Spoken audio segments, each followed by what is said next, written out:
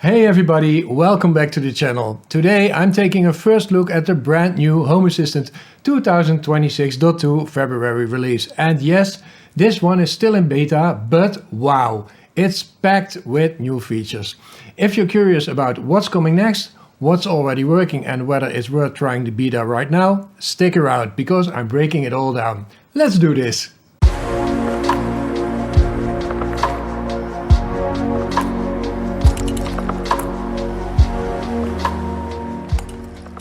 The Home dashboard was in test a couple of months and now it is official and new. So the Home dashboard is now replacing the overview dashboard. You can still create an own overview dashboard, but the Home dashboard is now the new dashboard that new users will see when they start with Home Assistant.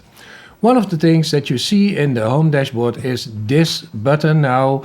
It is devices discovered, so it instantly shows which devices are discovered and you can add them immediately to your Home dashboard.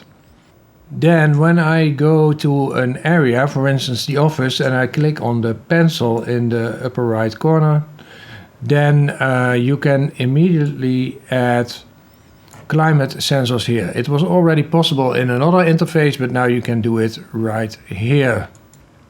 And the top bar is now the same color as the background. It first was blue and now it is gray. Then another thing that is changed is that the developer tools are no longer visible in the menu over here. You now have to go to settings, and in settings you will find the developer tools here. Next to that there is also now a matter option in the settings menu, which wasn't there before. Another thing is that you now have a general search in Home Assistant. If you press Ctrl+K or Command+K, you get this interface and you can search for commands, entities, devices, areas, or navigate.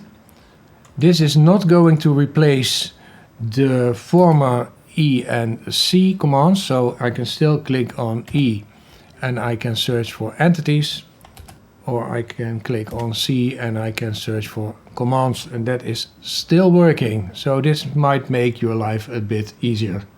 Then when we go to settings, there's no longer an option add-ons, but it is renamed to apps. So this is now what formerly was the add-on section. It's now apps. There's also no longer an add-on store, but an app store. So there is this install app button and now you are in the app store. You can still add your own repositories over here if you want. It all feels a bit quicker. It is totally overhauled, so it looks really nice. Let me know in the comments what you think about renaming add-ons to apps in this case. Another new thing is the following. If I go to settings and then go to system and then labs, then you see here device database. You can enable the device database. I already did that. And what it does, it sends what devices you use in your system to Home Assistant. It is totally anonymous and it will only send aggregated data. Aggregate, you fool. Aggregated data. And what it is meant for is that people that will start with Home Assistant, or yourself, if you want to buy a new device, you can look up if your device is Home Assistant compatible. So if we go to that database, there's this URL, I will put it in the description of this video. And you click on statistics, you get this statistics page. Oh, let's refresh it, let's see if something happened already.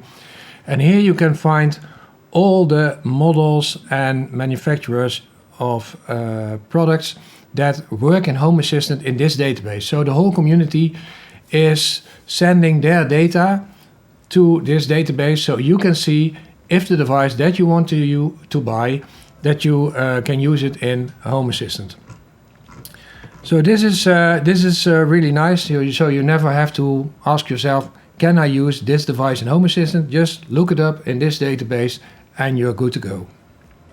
You can also turn it off or on, or off or on. If you go to settings and then go to System, and then go to Analytics. Then here's the option Device Analytics. You can turn it off and you can turn it on so that your data is sent or not. Oh, and beware that it will only contain devices that are supported by the core of Home Assistant. So devices that are only supported by hex are not in this database. Then there are new triggers and conditions added. If you enabled in the labs, let's see, where is it? System, labs. If you enabled purpose-specific triggers and conditions, you get a different interface in the automations editor of Home Assistant. That was, I think, introduced 2 releases ago. So if you go to automations and scenes and I click create automation, create new automation, and then I go to add trigger. Then there are some new triggers added, and one of them is in calendar. It is calendar event ended and calendar event started. There's also now person entered home and person left home. And there is a vacuum, let's see, and it is a vacuum cleaner started returning to dock. These are new. Then if we go to conditions, there are a lot more conditions now than we already had. So I have to take a look here. It's alarm control panel, assist satellite, climate, device tracker, fan, humidifier, lawnmower, lock, media player, person, siren, switch, and vacuum. So for instance, switch, if a switch is on, if a switch is off, if alarm is armed vacation, if alarm is armed away, etc, etc. So a lot more conditions are added now to the automation, the new automation editor. And there is a new card. Let's go to it. Let's add this. Add a new card. And this is the distribution card. And what the distribution card basically does is that it shows you, for instance, the distribution of energy in your home. So it comes up with these standard entities, but you can add your own entities or you can remove entities. And this might be handy for people who want to know how power is divided in their house, for instance. Another thing which is added is if I go to the header, let's say here, click on the 3 dots, click edit. I could already add badges there, but now I can also add buttons. So I can, for instance, add a button, let's say an interaction. Add an interaction, let's say perform action. The action is, for instance, light dot turn off. Let's say I want to turn off all my living room lights. And now you see a button over here. I can turn off my lights here, so save. So now you see here that I have a button here, give it another name. Let's say this is lights, doesn't really make sense, but okay. Done. And if I click on this button, all the lights in my living room will be turned off. And there is another thing, if you go to your profile now and you go to themes, you can now select a theme, but the theme is now user specific. So it will adapt on every device that you use where you are logged in.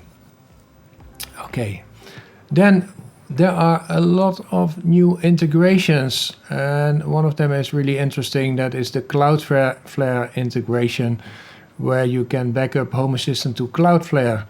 There's Green Planet Energy, HD Fury, Energy Kick, Prana, Yoo-hoo. Let's see other noteworthy improvements to existing integrations. ESPHome now supports water heating devices. And Music Assistant integration now supports pre-announcing URLs. That's also very nice. What I also like is that the Reolink integration is still being updated, and now you can trigger a special chime when your furry friends are at the door. So probably if an animal is detected by your Reolink camera, you can, for instance, let your chime say meow or something like that. Let's see what's more here. Well, there's a lot done on integrations. There is also the other noteworthy changes. The dashboard now supports different colors, so that's really handy because now every Google Calendar can be shown in a different color on your dashboard, which is really nice. Developer tools have been moved to settings area. I already told that. So yeah, that's it for this time. And of course, don't forget to look at the backward incompatible changes, because it might be that some things break if you install this installation. Let's see, for a group, the behavior of sensor group has changed. Sensor group is now unavailable if all group members are either unavailable or missing, so you might experience some strange things there if you install this release. There's something for Sentry, Tractive, Tuya, what's Tuya? Duplicate HVAC modes have been converted to presets. You may need to adjust service calls from set HVAC mode to set preset mode. Oh, that's an interesting thing because I have that in my system. So those are the backward incompatible changes. And that's it for today's video. If you found this helpful, make sure to give it a like, subscribe to the channel, and let me know in the comments what you think about this new Home Assistant release. And if you'd like to support the channel and help keep these videos coming, you can also sponsor me monthly, just like these people already do. All the links to support the channel are in the description below. Thanks so much for watching, and I'll see you in the next one. Bye bye!